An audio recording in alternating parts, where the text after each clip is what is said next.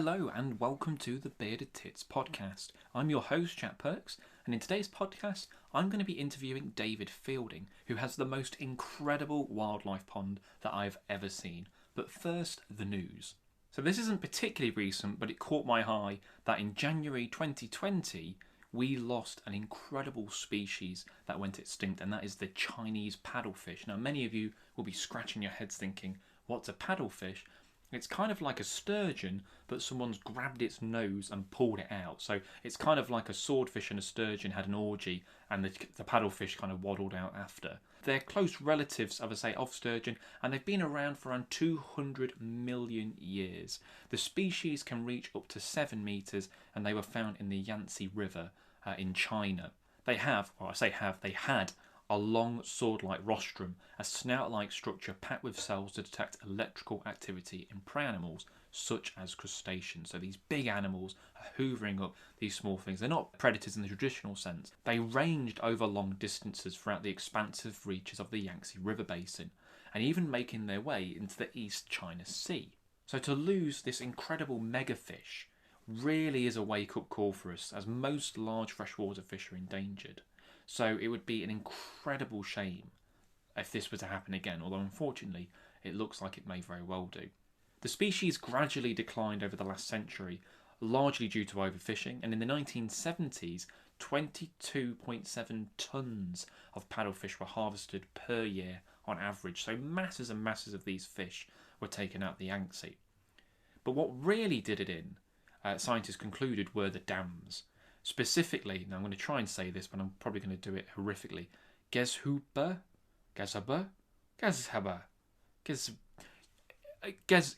Dam, we'll go with that. Built on the main stem of the Yangtze, a little over 1,000 miles from the sea. So these fish have already travelled huge distances to get there, then they can't get to their spawning grounds. There wasn't a fish ladder or a bypass put on that dam, so that was it. The paddlefish were done. So it's really a matter of time before they died out. There is an American species as well, which is found in the Mississippi, and that's the only other closely related species to them. And we've lost them. It's an incredible shame.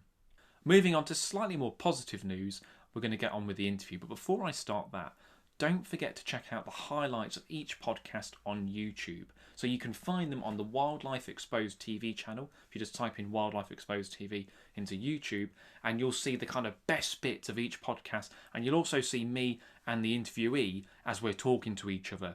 And there's loads already on there, so check that out, Wildlife Exposed TV. Anyway, this is David Fielding, and this is our interview about his amazing urban ponds. David, well, thanks for joining me. I know you from Twitter as Urban Ponds 101, so I didn't really think you had a face, but you were just a giant newt that tweeted out. But yeah, how are you doing?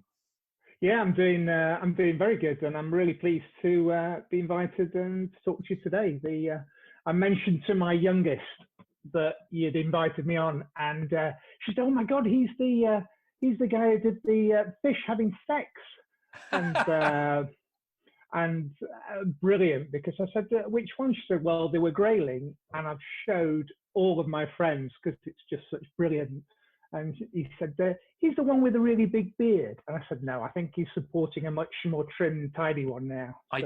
When I did Spring Watch last year with that shot, I did have quite a meaty beard. And I got so many people saying I look like Joe Wilkinson. Do you know the comedian from 8 out of 10 Cats' Countdown? I thought, and I couldn't see it myself. And then I started looking, thinking, oh, maybe I do a little bit. So nothing against Joe Wilkinson, but yeah, I did trim my beard back a bit because it was getting kind of mountain men territory. Yeah, so basically you're famous in our house. Well, I suppose, famous for fish sex. It's not quite what I envisioned, but I'll take it. I'll take that. So I've been watching your pond clips for a while now, and it's one of the highlights of my online experience, if I'm honest. I love it when I've gone to Twitter, and then there is just this magical world that you're showcasing, whether it's newts, whether it's marsh frogs or whatever. And particularly in recent times, it's nice to lift people up a little bit with stuff like that. So what made you want to showcase your pond? I know you've been doing it for a while, but particularly recently, I guess you've got more time on your hands, but you're showing a lot, and people seem to really respond to it. Yeah, it's all just by accident, really, and just how things develop. I suppose in my day job, I recruit chairs and chief execs. I run a executive search firm. And quite a few years back, I was recruiting the chief exec for the RSPB, and they were running the campaign Give Nature a Home. And it was all kind of moving beyond birds and this bit about, wildlife and what have you. At the same time I was doing that, we found a frog in the garden, heavily gravid, in a small, shallow tray of water. And so the combination of, and the kids had stopped using the trampoline. So there was this whole kind of corner of a space. So I guess I started with the kids digging out a pond and thinking, this is quite entertaining.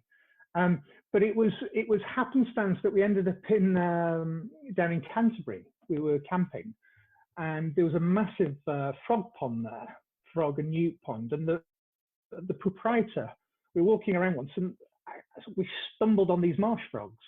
And as you know, the sound is just incredible. And we were there at night time, and we measured, and it was 110 decibels. It's like being in the jungle, isn't it? Well, absolutely, just incredible. And I'm told that's near a helicopter landing or a chainsaw kind of thing. Incredible sound. And I think before I knew the rules about moving stuff around, basil and various other kind of problems, the proprietor said, well, why don't you just, take a few for your pond? And so I spent the kind of weekend, and I enlisted all the children on the campsite. So, and I'd kind of give them rewards if they found beautiful little F's and some marsh frog and whatever. So anyway, and that's what happened. So I was just looking on YouTube one day, and there was this. I was mesmerised by somebody had posted a picture of a group of smooth newts in a jar to music, and I thought, what a weird, wonderful thing. I was, genuinely kind of perplexed by it, or mesmerised by it, and I thought, do you know what? I'm going to do a little video and see what happens, and just post it, and things went on from there. I suppose it was one weekend. It was Black Friday weekend. I posted one video that I think one of my first ones on Facebook, and it kind of just went viral. I'm not sure what viral is these days, but it was about 500,000 kind of views and shares, or whatever it was. I think that's pretty good going, David, to be fair. It was bonkers, because I spent all weekend just reading all these comments from people around the world. And there's for me, there's something interesting about, I think, newts and frogs and toads and ponds are almost a reminiscent of our childhood, when maybe calls back to a simpler time, a more innocent time of exploration and what have you. And we started connecting. So I thought, well, do you know what? I won't do the professional Twitter account for my work. I'll create something, Urban Ponds 101, and then I started following, people like yourself and all the other kind of experts in this field, and things led one thing to another. Yeah, because you've done, didn't you? Am I remembering this right? This might have been an acid trip on my part, but didn't you put dance music or rave music to some of your clips? That's yeah. Okay. I'm a particularly well. Look, people post lots of music on social media, and they'll often do it either with the sleeve of a record or just the artwork. And I thought, do you know what? Let's see if I can put it to a bit of nature. And I get really positive responses. I mean, some people hate the music, so I do try and. They can always mute it if they don't like it. Well, exactly. I've had people write to me saying, "Oh, I wish you'd do this genre," or and it's funny. I've started doing requests, so I've got a few kind of followers who say, "Oh, what about this track?" And I say, "Oh, I'll try." Some reggae newts. Now, oh yeah. Well, we've gone through the whole kind of drum and bass and hardcore rave, all the way through to soft classical, and it's look, if it gives people a moment of joy, then it kind of makes me happy, really. Yeah, definitely. I That sounds a couldn't. bit naff. That sounded a bit No, naff, didn't no, but it? I know what you mean. It's, if it makes someone smile at this difficult time, then, why the hell not? Yeah, and also because it was another reason because my camera skills are pretty rubbish. You know, I should add that I'm just a well-meaning, enthusiastic amateur, and I've got some old kit. And quite often, when I'd move or pan or zoom, you'd hear the noise of of the of the camera. So I thought, you know what, I better put something over the top of that. And it's like from there. And funnily enough, um, I'll have people send me messages saying, "Are you okay? Because you've not posted anything for 2 days." Or people say, "Oh, I was waiting for my mute fill this evening." It's an addiction for some then. Yeah, probably, and it's just a bit of comfort and fun, really. But I do think there's something also about because I do live in an urban environment. So what do I mean by that? I mean I live in South London in Lewisham, and we're surrounded by heavy roads. So my garden is within an enclave of about 40 gardens. And so it, I guess it was one of the things I'm quite keen about is just showing how easy it is to have a pond. And you don't need to spend a lot of money or do things particularly, special. Dig a Because hole and fill water is one of the great starts. you've not had it that long either. Is it a relatively new pond, is it? Or how long have you had it? Yeah, well, this will make me a bit pond obsessive now. Well, I've ended up with 4 ponds in the garden, but I've kind of I've experimented with different types. So we built a small one originally. I've had that 8 years now, and then I started filling it with plants, and it just became so overgrown within a season. And I hate throwing anything away. And there was another space next to it. I thought, well, I'll build another one, as you do, bigger. Um, and then I'd had a tank, an old water tank, and I was quite inspired by Jules, who was doing a kind of Belfast sink observation. He set one up, and I'd had this tank in the corner for ages, which became, I think, I call my pond tank now, which is quite fun. And then I set up a bootstrap pond, which is basically the where it all started, which is a base of a swing ball, the old swing ball game. Yes, yeah. So I've got a plastic base and I put it in a recycling bin, and I go out there and film and observe. And I guess the thing is, doing all different types is just shows that it is a bit of an old expression now, but if you build it, they really will come. Yeah, yeah, it's amazing what kind of comes around this. So are you a surprised? You might have already answered this because you said you've put some bits in yourself, but are you surprised by the amount of wildlife that comes to your South London pond? Yeah, totally. And I think when friends visit or you kind of look at stuff, you think, wow, how did that find its way there? So I haven't managed to film the heron or the or the magpie predating on the newts, which I've kind of seen them do. But the amount of bird life that we have now is just incredible. And because I'm also a keen gardener, just the kind of health benefits. So a whole row of tomatoes right next door to the pond has been so beneficial in terms of cross-pollination and species. And we ended up having a wasp nest underneath one of the hibernaculums. It's just a joy, really. I suppose the frogs and the newts act as kind of pest control as well. They're kind of the gardener's best friend, aren't they? Oh, totally. I did a video the other day with the toads because there's a real big population of toads, which I didn't have just kind of appeared, which is amazing. And a nighttime walk with a torch, I ended up finding kind of 21 in a row outside and managed to film a toad ball this year, which was just incredible to see. Yeah, it's not something I've seen. I've seen pictures of it, but I've not seen one in the flesh. It's weird. Is it lots of males around and female? Basically, yeah. It's a bit grim from one perspective, but it's quite a spectacle of nature. So you've got this cast of characters. Are there any that kind of that are your favourite? You're like, actually, I'm sure they're all fantastic. But is there one that you're like, that is amazing? Um, you know what?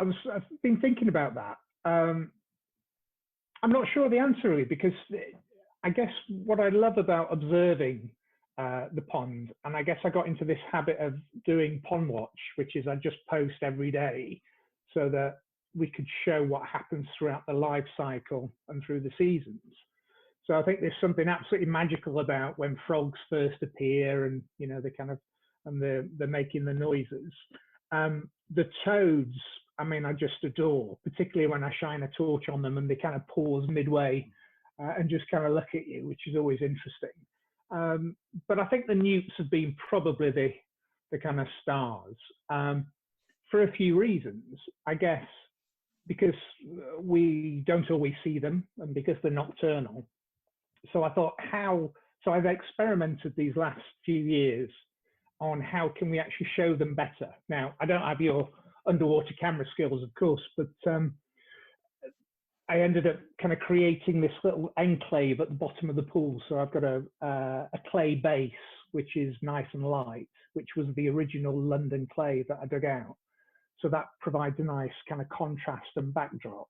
And then I leave the pond really kind of weedy, but just leave this one area almost like an ice hole, if you will. And it provides lots of fun. And I think showing those off, people do say, "Oh, I remember seeing those when I was a kid, and I haven't seen them for years." So, but equally, I can get as excited about a dragonfly or damselfly. I had to go at. I bought a new camera. Okay. And I had a bit of advice from Neil Phillips. Yes, yeah, no, and Neil. I think they come onto your. It's not. They're both coming on the show, but they've not. It's not been released yet. So that's Victoria Hillman and Neil Phillips. That's right. They do their own podcast called UK Wildlife Podcast. Yeah, well, they're fantastic. I love those guys, and they gave me some advice on photography, and I was ready to post some pictures yesterday of water boatmen and some marsh frogs. And then Neil said, "Oh, I'll do a live stream of his kind of pond shed, as it were." And forgive me, but every time I look at the stuff that he produces, I think, "Do you know what? I'm not going to post that." So I've got a long way to go to get a bit more clarity and depth of field. But it's a wonderful hobby, particularly in lockdown times, isn't it? Yeah, well, it's all a learning curve as well. I wouldn't be put off posting things because other people have maybe got stuff you think is better, but it's all, you're going to learn from each other, and particularly Neil's very welcoming. He's quite happy to help people along the way as well. So yeah, I know what you mean. It can be daunting to a degree, but it's definitely good to get that stuff out there for sure. I've had a few amazing dragonflies visit, and I had it, and this is what Victoria advised, which is, look, if you can ever look at dragonflies, you need to do them in the morning when they're waking up and they're calmer. Yeah. I've ended up rushing around the garden in the afternoon when they're all. You've got no chance, have you? They just zoom. Absolutely. And one, this full, I forget which, I'm not sure of the names, but this amazing green one ended up coming into the kitchen the other day. And we were all kind of panicked, and my partner says, "Get your camera quick!" and disappeared. And impossible. So they're very tricky to get when they're kind of all warmed up, like reptiles and amphibians as well to a degree. But to the people that are listening, then, if they would like to encourage more newts and frogs to their pond, what would you suggest? It's actually funny because I get asked this quite a lot now, and I'm sure you do, in terms of people say, "Oh, what do I need to do this?" I think it's some obvious things which people don't always think through. So, I mean, oh, bless you. Excuse me. So, for example, let me look at it the other way. Somebody posted a picture the other day on one of the groups I'm on, which was a small pond surrounded by concrete with plastic grass. Fake grass and concrete, and he said, "What am I doing wrong? I don't seem to be getting anything." And it's like, do you really need us to answer that question? Yeah. So, and I think, what do I think? So habitat, really. So as well as kind of, doing the ponds and filling them with all different kinds of vegetation, which is really important, I'm a real fan of making the emergence zone around the edges as deep and as safe as possible, to avoid predation. But it's all the other things you put in your garden. So, Kate Bradbury has been particularly kind of helpful in her advice and suggestions around kind of rewilding. So half of the lawn now we've got long grasses and wildflowers. I set about building a hibernaculum, which was 4 pallets deep. I mean, a really kind of big construction and full of stuff. And then wood piles and compost heaps and stones and all these kind of things. So just always thinking through the life cycle of the creatures that you're trying to encourage. How do they get into the pond? How do they survive? How do they get out? So I think, yeah, all of those things, just trying to make it much more natural. For example, I had somebody message me who was a koi keeper. And that's one of my questions I wanted to ask about fish and ponds, actually, because I saw you mentioned that the other day. Yeah. Well, but he sent me this picture of 4-foot walls full of koi, and he said, "How can I get newts in this pond?" And I said, "What for? For food?" So what is your view about fish and wildlife ponds then? Because I know that there's quite a strong view. Yeah, there is. So and me and Neil had a friendly debate on our podcast about this, because he's got, okay. so I can only go by my experiences and what I know about fish. So it largely depends on the species of fish. So you're not going to want to put a pike or a perch or anything predatory. No. But at the end of the day, fish are native. They are a piece of our fauna, and they can increase the biodiversity of your pond, particularly things that eat fish. They're only going to go to a pond if there's fish there.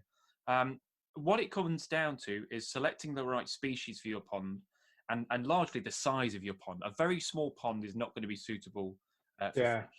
But if you've got, I kind of go by the bathtub analogy. So if you've got a pond that's bigger than a bathtub, you could probably have a few fish in there. But the bigger, the better, really. So in my pond is, about maybe a little bit bigger than a bathtub. It's not huge, but it's big enough. And I have 9 spined sticklebacks, which are the smallest freshwater fish in Britain. So in fact, the newts and the dragonfly larvae eat them to a degree. So, so they're not kind of predating anything. I've got loads of tadpoles and all that sort of stuff. So they're not really a problem.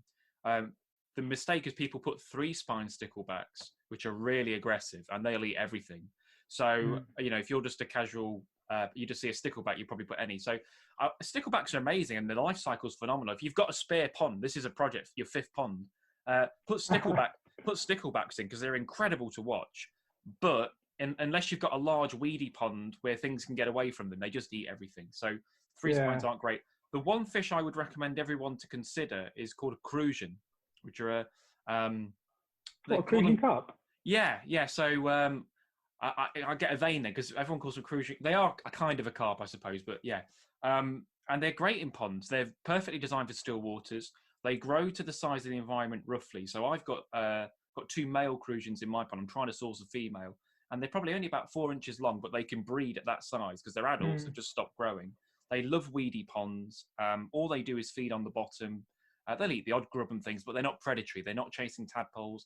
They don't chase dragonfly larvae. And to be fair, I don't really see them very often. I just like to know they're there. If I go at night with a torch, as I'm sure you probably do as well, I'll see the crucians in the clear patch. I might put some bits of food down. You don't need to feed them. This is another thing.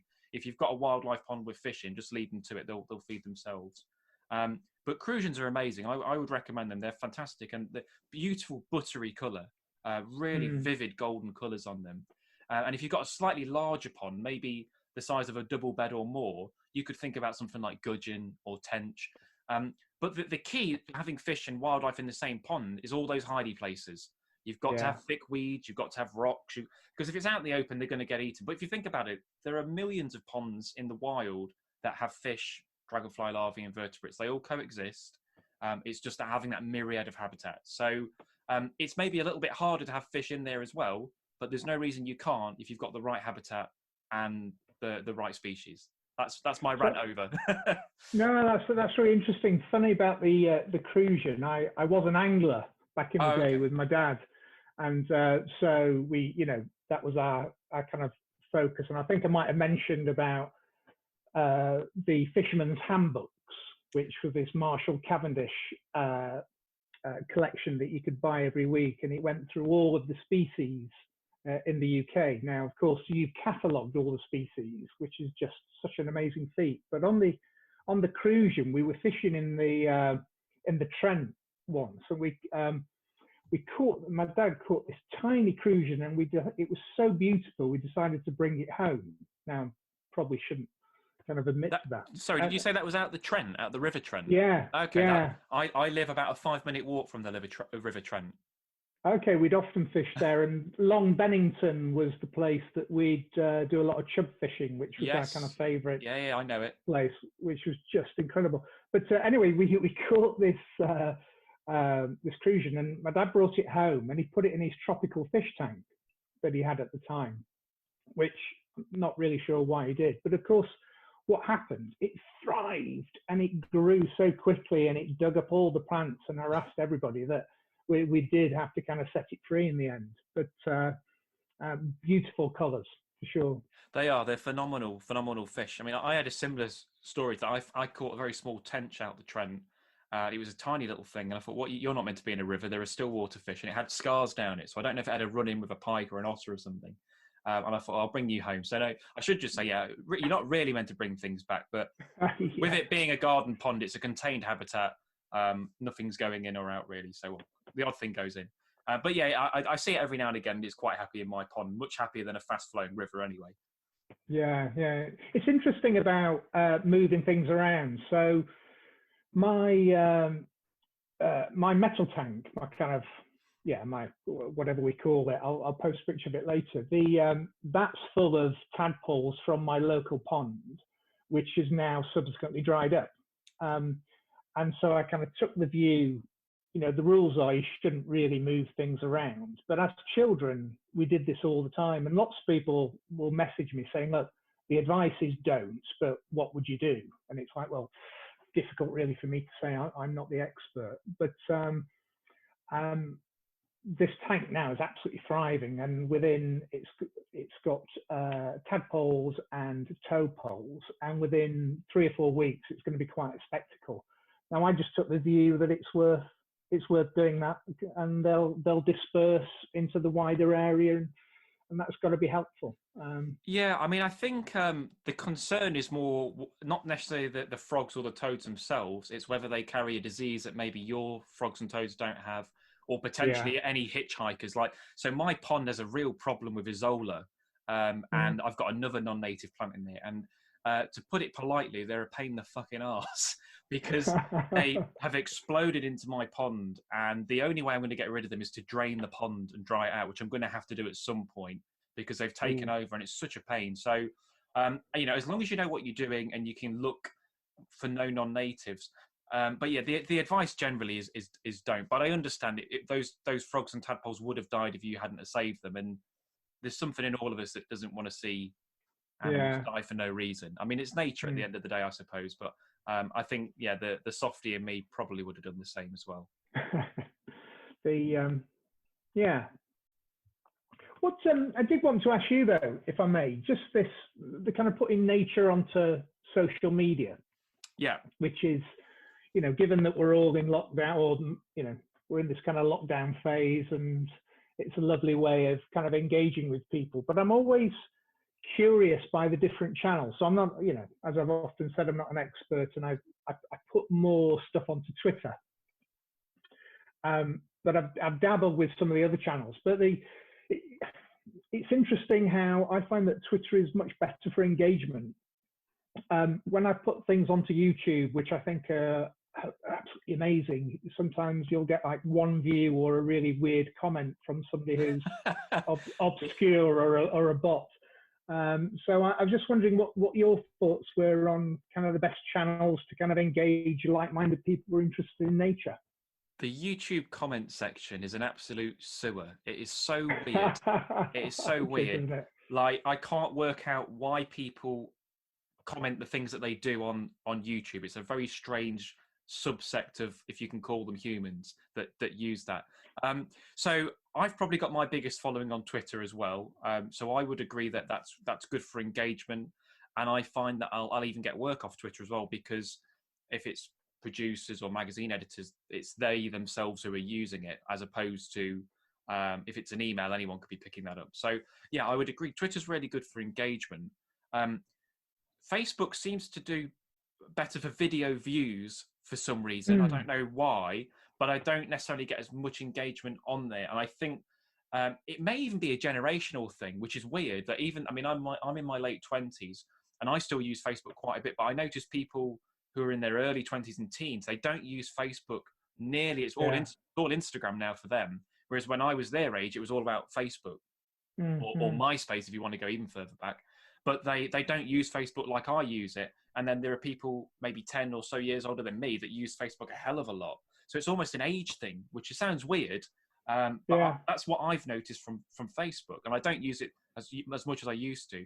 I'm starting to use Instagram more. I really like Instagram, just because it's a visual medium. So I would assume that are you on Instagram? Yeah, I am, but I just don't put much energy into it. And I just took the view that I probably spend far too much time down in and around the ponds, and I spend far much time editing and choosing the right kind of musical backdrop. I've just taken the view that I just haven't got the time and energy to do other channels really. Yeah, I know what you mean. I mean, what I tend to do is I do a lot of scheduling. So it appears that I'm on social media all the time, but I'm not. It's just like on a Sunday night, I'll just do my post for the next week and a half or something like that. So I know what you mean, though. If you're going to do it every day and you want kind of current news stuff, then it does take up a lot of time and it can absorb you a little bit. But yeah, I would advise anyone, if you want to kind of build up your social media channels, just pick a quiet afternoon or when you've got an hour or two, pick 7 or 8 posts and just schedule them out. I think all social media platforms have the option to schedule or a plug-in to schedule, and it just keeps your followers interested and something trickling in. It's it's instant gratification, particularly with YouTube. People eat up content. They just constantly want new stuff, new stuff, new stuff. And if you don't provide it, then the viewership drops off for some reason. I think that's sound advice. I guess the interesting from my perspective is that I don't do this as a kind of professional venture. I just do this as genuine fun. And it's funny, in the professional day job, I will have kind of people who stumble across this and think, wow, what is that all about? And it's like, well, I've got used to being classified as a proud herper now, which is a word that, of course, is odd to people outside of this world. And I do sometimes have to explain what it means and what I do. You don't want people getting mixed up with herpes, do you? You certainly don't. No. Well, look, David, it's been an absolute pleasure. If people don't already follow you on Twitter, then you've got to check him out. Some great clips of pond life. It's at Urban Ponds 101. Thanks for joining me. It's an absolute pleasure, and lovely to be in. I love watching your stuff, and let's keep doing it. That was David Fielding. I think it's absolutely incredible that in the capital city, in a relatively small space, he's created this incredible mini wetland habitat, and you can tell that he's absolutely dedicated to his ponds and the wildlife in there. So keep that up. That's absolutely spectacular.